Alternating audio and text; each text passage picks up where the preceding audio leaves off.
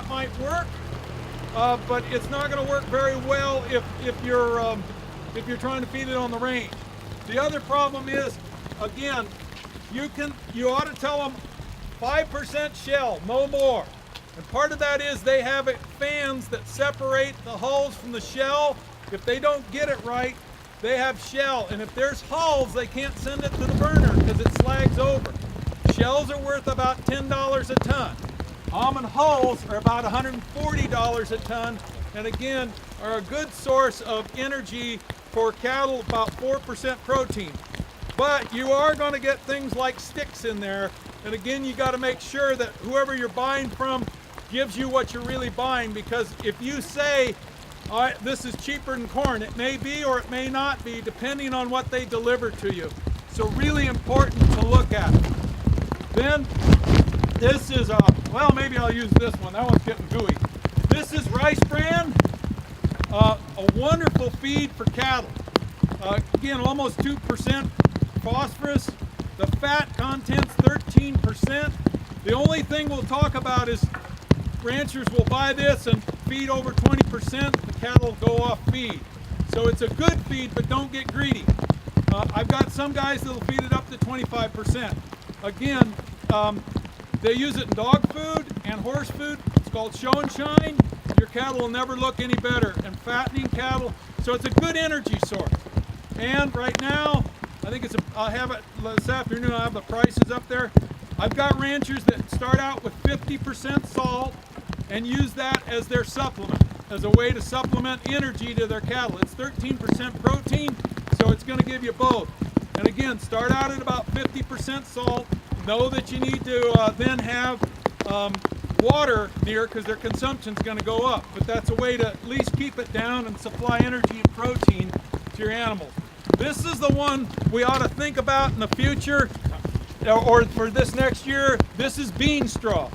The first time you feed it, the cows will take about 3 days before they eat it. And then, according to the rancher that I got to do this lima bean straw, they left Sudan hay to go eat this. You can see the analysis here, and here's the other key. All these straws and everything vary greatly, so you need to get an analysis like this. Then we can tell you what you can do to feed it. If you don't get an analysis, they vary so much, your results are going to vary dependent on it. So you need to find bean growers. We're hoping that through the Ag Commissioner's office or through Farm Bureau, some way we need to find these guys that are growing beans that you can harvest the straw off. The real key is most of them are going to drip, and they rotate with tomatoes back and forth, and the drip's permanent in the beds, so they don't want compaction. So you just need to figure out how you get your baler wheels and your harrow bed wheels to run in the furrows and not on the beds. But a real good feed. I'll go get a cutter here, excuse me. We'll cut it open. I forgot to cut it open for the other group. So you can really see. It does bale dry, so I call it sticks and powder. But that's what it looks like inside. So, but 6% protein and pretty good digestible. Beats the heck out of any of these other roughage products that you can supply to animals.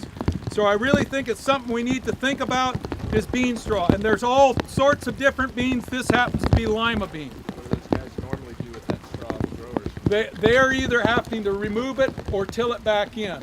And so for them, there's some positives and negatives.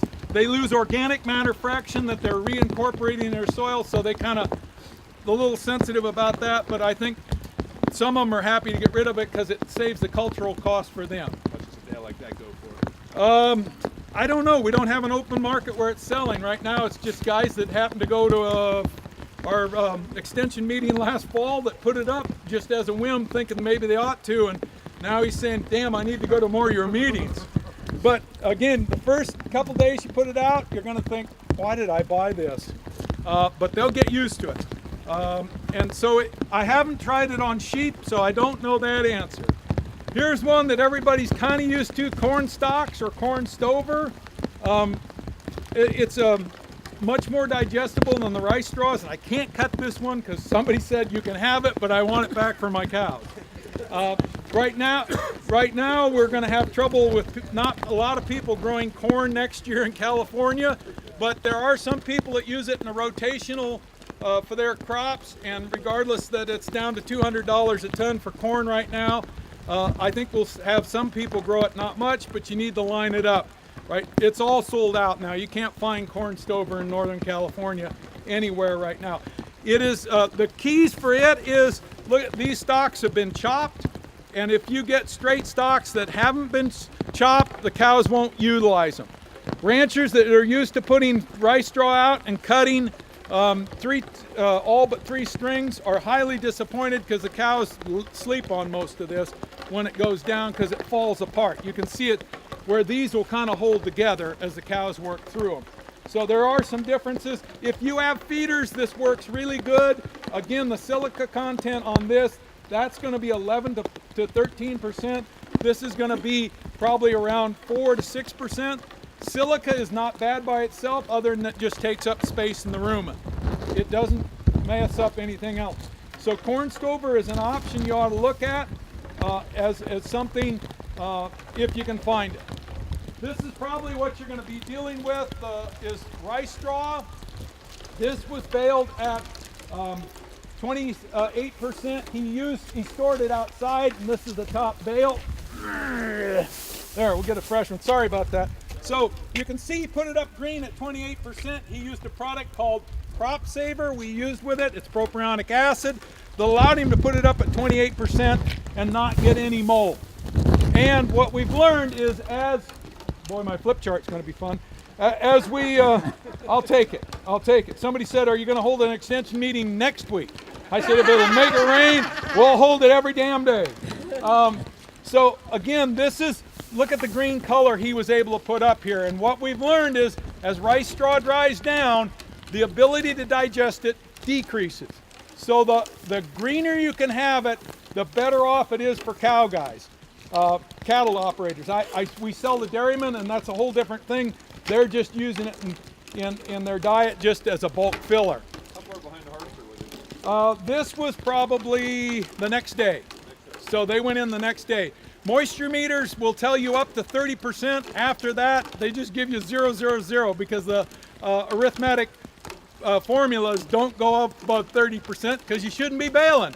This product was 4 pounds of this product. We'll get the price put together. We're going to put out a publication on this along with a company to talk about the product. It's a buffered propionic acid, so it doesn't tear up your balers like some of the other materials do. So just one thing to think about. Again, we've learned the longer you leave it in the field, the worse the rice straw is. So if somebody bales it 6 days after they harvest, it's not as good as if they can bale it, get it raked up, dried, and in the bale as quick as possible. Varieties do make a difference. There's a publication online that we've written where we found out fertilization will change the protein levels. If they over-fertilize, the proteins go up. We can have as high as 7% protein on rice straw. And so varieties work very well. H4 is one of the nicer ones. Many of the Akitas and Japanese varieties are much finer stemmed than this more coarser product here that you see, which is M206. Any one of those more finer stemmed ones, you can tell them by texture, are better. But again, testing it is probably, even with varieties, I really would rather have you test it to make sure. This is a chopped product.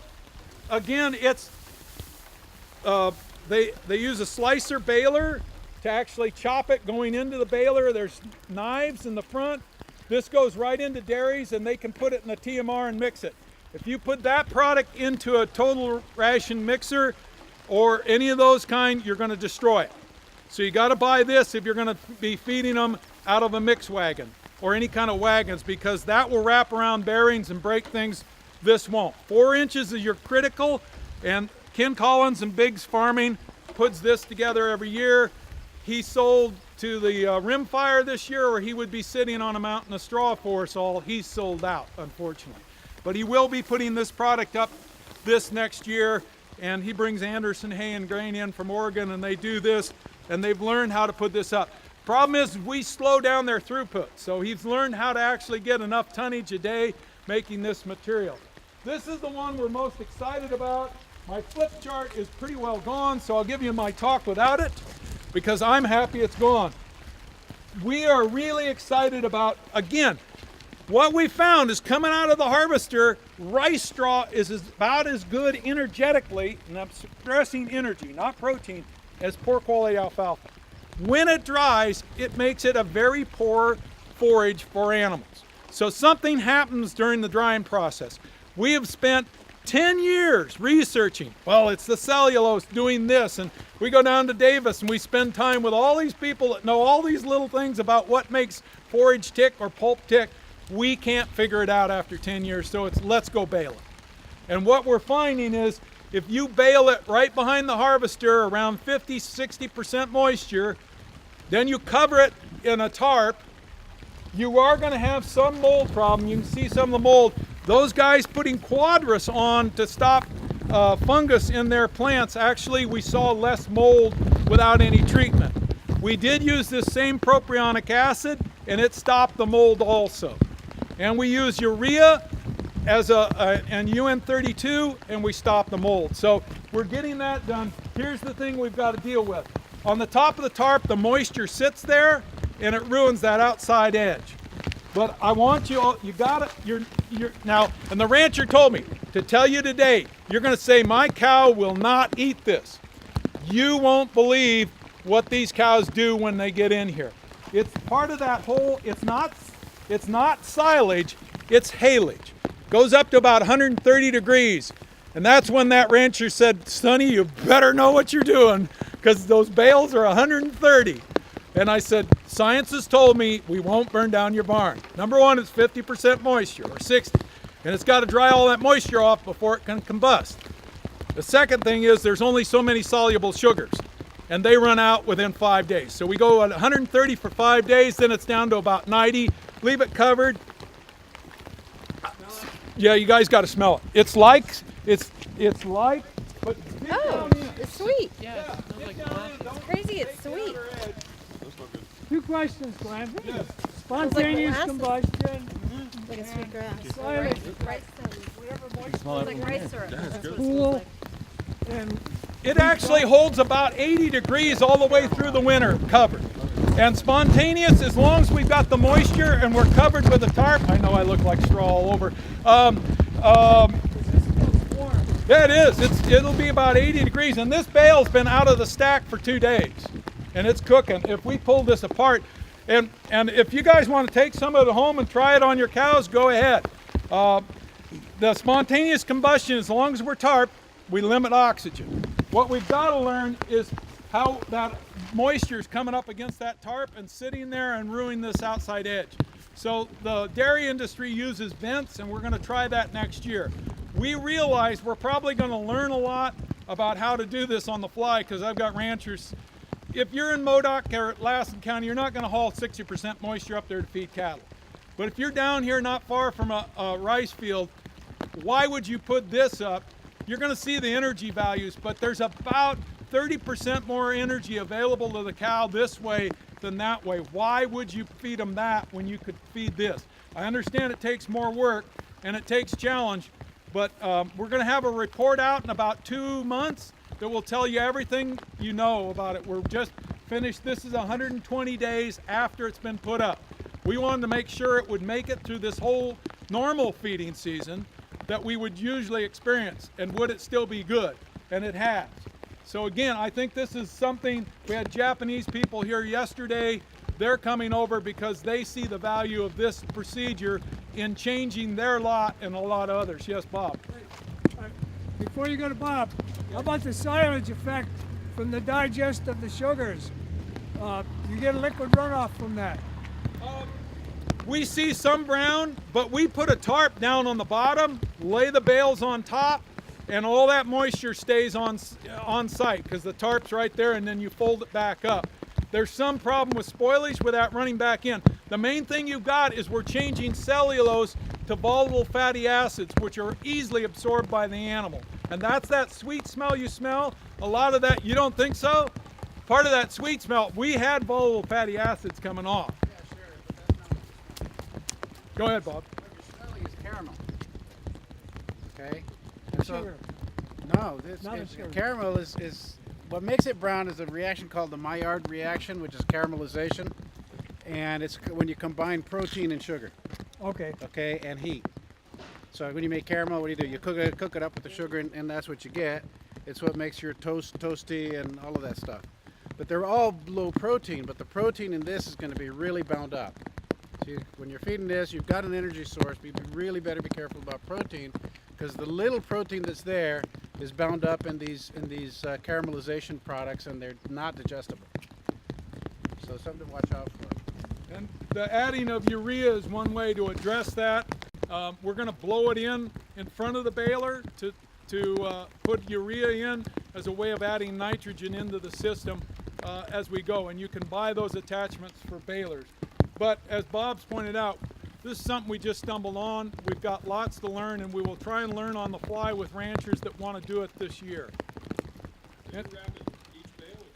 No, whole stack, much cheaper. We did the wrap each bale, and we spent way too much money in plastic.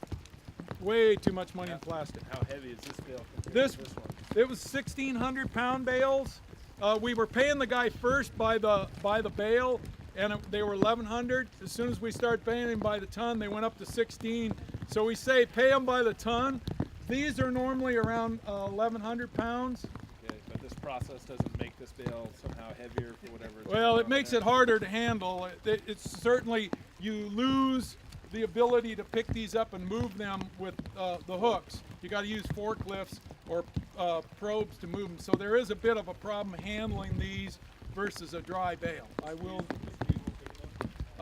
You might get a squeeze if you came over here, Al, and you could squeeze on each bale. Yeah, then a squeeze, because these were really loose, and they're harder to move. So again, this looks really positive. Intakes on this, we're getting up to 32 pounds of intake per day. But remember, it's 60% moisture, so that's like 11, 12 pounds of rice straw. Best I've ever been able to do is like 5, 6 of the other dry product without having some other form of this.